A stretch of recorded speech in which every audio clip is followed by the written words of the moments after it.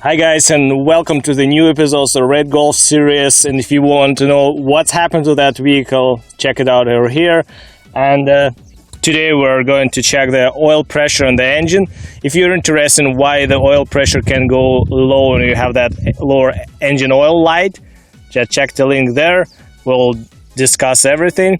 And it's simple. It can be applied to any vehicle. Just need to locate your oil pressure switch and start from there, and we'll do it step by step, make it clear.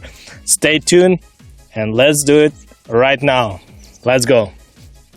Our vehicle is idling and I'm accelerating up to 2200 RPM. As you can see, lower engine oil pressure light is coming on, and then its RPM is dropping down and it's turned off, and again, and usually that light is coming on at pressure 510 psi or lower, depends on the vehicle. Well, that's what we have. And first, what you want to do is basics. Make sure you have a proper oil level in your engine. Pull the dipstick, wipe it out, put it again, and check the oil level. Make sure it's not too low, because that might be the first reason what you want to check, but we'll talk about that later in the next video about what can be wrong. And then also check, make sure your cooling system is working properly, and the lower radiator hose is staying cool, and thermostat is opening, and you're not overheating your engine, which might be caused of high or lower oil pressure as well. To get access down to the oil pressure switch, first you need to remove the air injection pipe by undoing the 3 10mm nuts, which is pretty simple. And next you pull the air injector pump out to give yourself more room to work on the switch as well. As you can see, it's down below where the oil filter housing is, pretty tight spot. And first, what you want to do on that switch, just undo the connector by pressing the clip down and pull it out. Don't pull the wire, you don't want to break it things when you're fixing. Pretty simple. You can see you just push that little clip down and it will release and you will be good to go.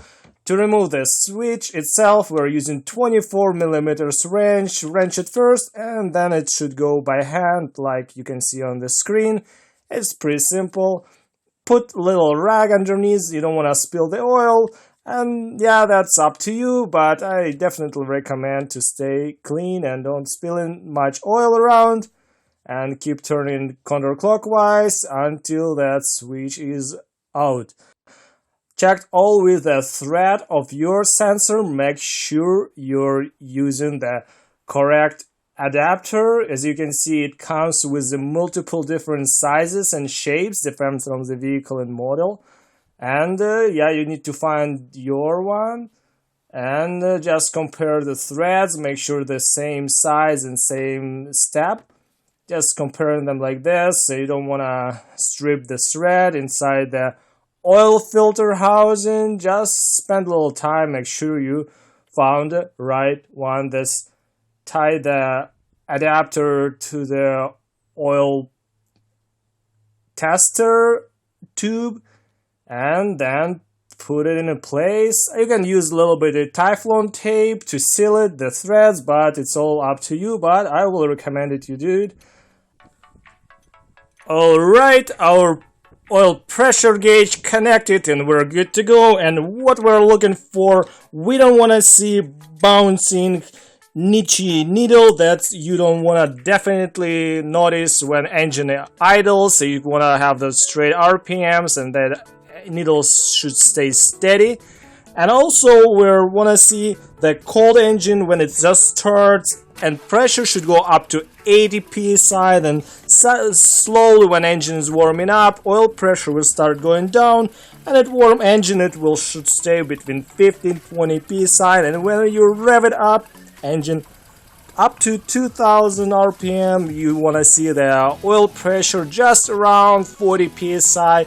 As you can see, my engine is idling. I started the timer and the oil pressure is very low at this point. I can see it's just around 10 psi at idle, or even it's getting lower than that. It means something's totally definitely wrong with the motor. and we still need to figure it out. Let's zoom it in a little bit to see that gauge better, and it's still not going up.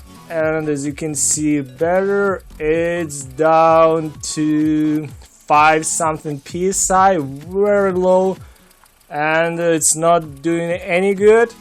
Let's go and accelerate it a little bit more and see if pressure is going to change. But yeah, going up to 20, 25 something, but it's still pretty low. I guess something's internally wrong with the engine. Probably it's large clearances on the parts, why it's not working great. You know, the oil pump doesn't create the pressure, it only creates a volume, and your clearances, they make a pressure. Alright guys, let's dive in and see what's happened inside the engine. Alright, thank you so much for watching. If you like it, thumbs up and subscribe. Just consider and do that. Alright, thank you so much. Stay tuned. Bye bye.